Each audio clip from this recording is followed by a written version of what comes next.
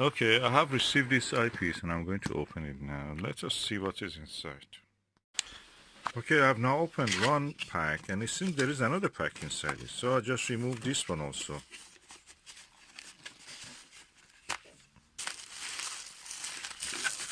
Let me do it with two hands. Okay, this is what is inside. I'll put this away.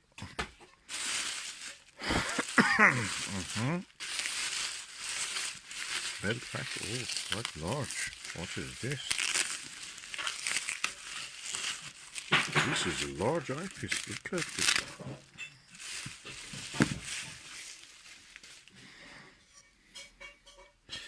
This is Antares Speers-Waler 7.2 millimeter super wide angle series 2. It's quite large, not very heavy, but quite large. Now I am opening the cap. Oh, look at this lens. It's amazingly big. This is one of the chunkiest ever I've seen, but this is 7.2 millimeter. How it can be that big? Look.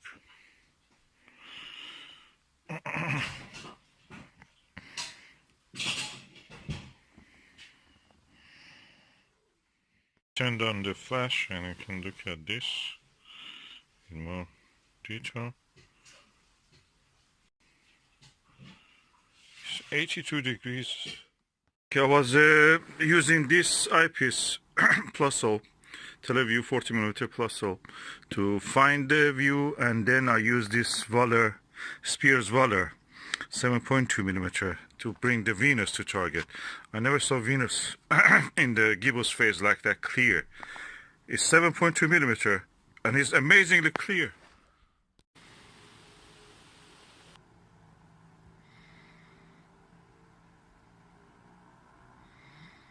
This is the camera, of course, showing it like that. In the visually, I can see the gibbous face clearly.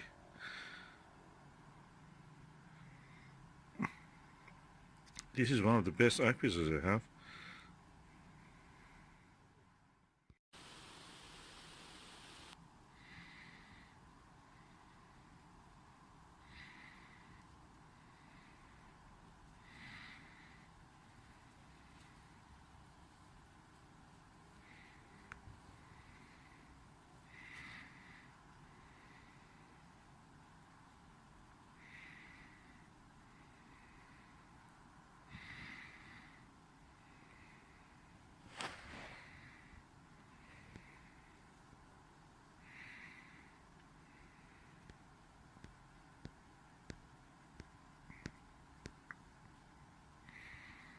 This is amazing eyepiece.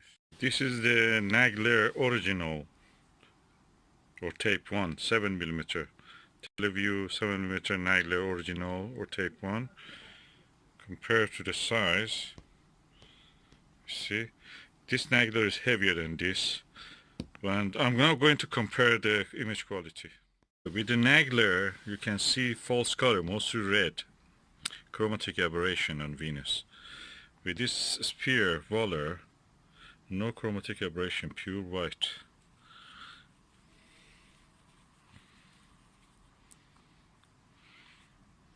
They cost me the same.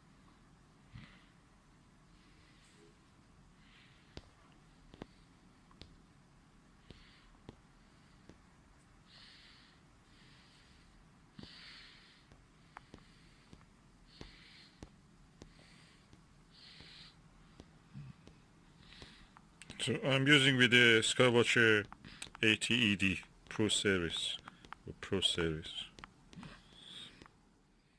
Okay, one of the things that really I'm surprised about this eyepiece is that it doesn't have that cheating device that all the other eyepieces have.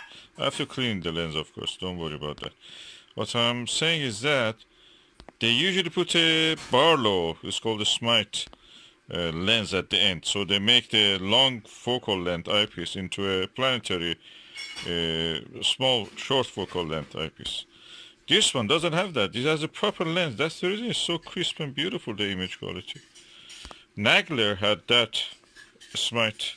This one doesn't have. I've cleaned the lens actually. You can see now it's clear. relatively, of course. I've cleared both sides of it.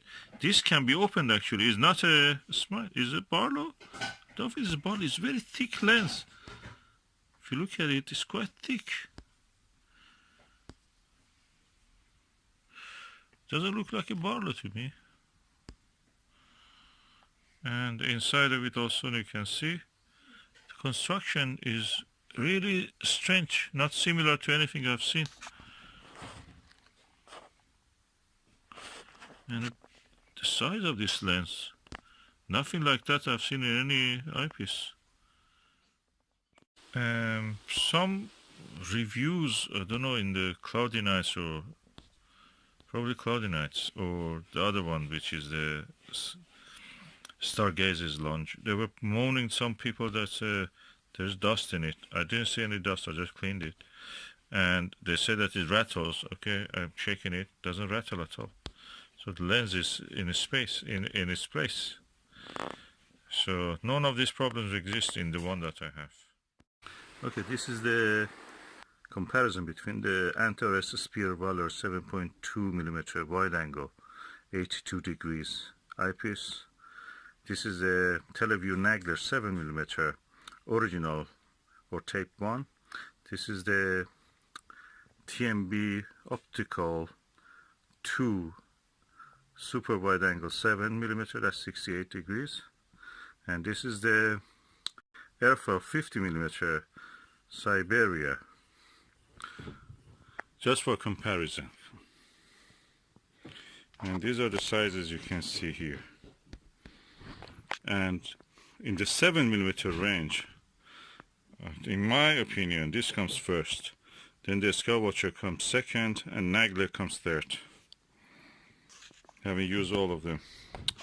Nagler has a very short eye relief. This one, because of the good eye relief, comes first after the Speers-Walers.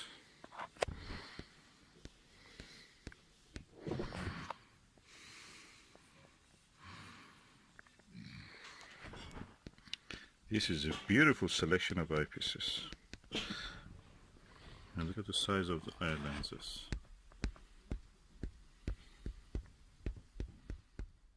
This Airflow 50mm Siberia Russian eyepiece is a 2-inch eyepiece, just to compare the size. The Speers-Waler is bigger than that even, and that's a 2-inch eyepiece. And comparing it with this, and the image quality of it is superb.